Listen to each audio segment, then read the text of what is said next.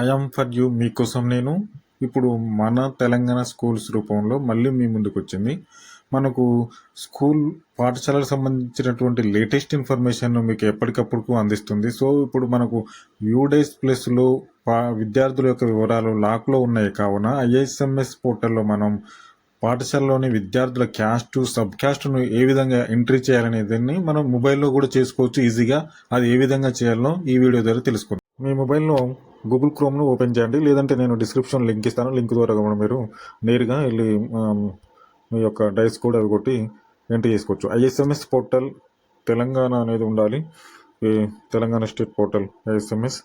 ఇందులో లాగిన్ ఆప్షన్లోకి వెళ్ళి మనం ఇక్కడ చూసేస్తే చాలా ఉన్నాయి. సో అదర్ లాగిన్స్ అనే దాంట్లోకి వెళ్ళాలి. సో అదర్ లాగిన్స్లో వెళ్ళిన తర్వాత మన యొక్క యూడైస్ కోడ్ ఏదైతే ఉందో ఎవరి స్కూల్ యూడైస్ది వాళ్ళు డైస్ కోడ్ ప్లస్ వాళ్ళ యొక్క పాస్వర్డ్ ఎంటర్ చేసేసి ఇక్కడ ఉన్నటువంటి క్యాప్చాను మనం ఎంటర్ చేసి లాగిన్ అవ్వాలి.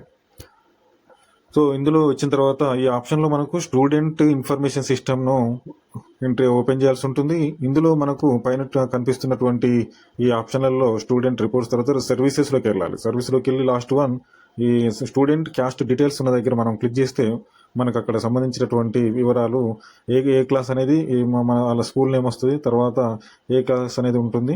సో మనం ఏ క్లాస్ అయితే ఆ క్లాస్కు ఓపెన్ చేసుకొని తర్వాత మనం అక్కడ సెక్షన్ మరి అందులో ఉన్నట్టు విద్యార్థుల వివరాలు డిస్ప్లే అయితే వాళ్ళను మనం క్లిక్ చేసేసి వాళ్ళ క్యాస్ట్ ఏదైతే ఉంటుందో ఆ క్యాస్ట్ను ఇచ్చేసి సబ్ క్యాస్ట్ కూడా మనం ఎంటర్ చేయాల్సి ఉంటుంది.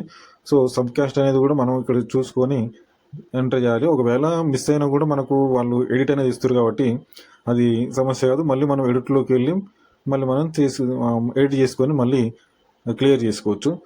సో మనం ఇక్కడ ఇస్తున్నప్పుడు ఒకసారి మనం కరెక్ట్గా చేసేసి మనం కింద డిస్ప్లేలో కూడా చూసుకోవచ్చు. సేమ్ స్టేట్ అయితేనేమో అదర్ స్టేట్ అయితే ఎస్ అని ఇవ్వాలి. ఇక్కడ అదర్ స్టేట్ కాదు సేమ్ స్టేట్ కాబట్టి నో అని ఇవ్వాలి. సో మనం సేవ్ చేయగానే అక్కడ కింద వచ్చేస్తుంది. సో ఏదైనా మిస్టేక్స్ ఉంటే ఎడిట్ చేసి కూడా మళ్ళీ సేవ్ చేసుకునే వెసులుబాటు కూడా ఉంది. ఈ విధంగా మొబైల్లోనే విద్యార్థుల యొక్క క్యాస్ట్ సబ్ క్యాస్ట్ వివరాలను ఎంట్రీ చేసుకోవచ్చు.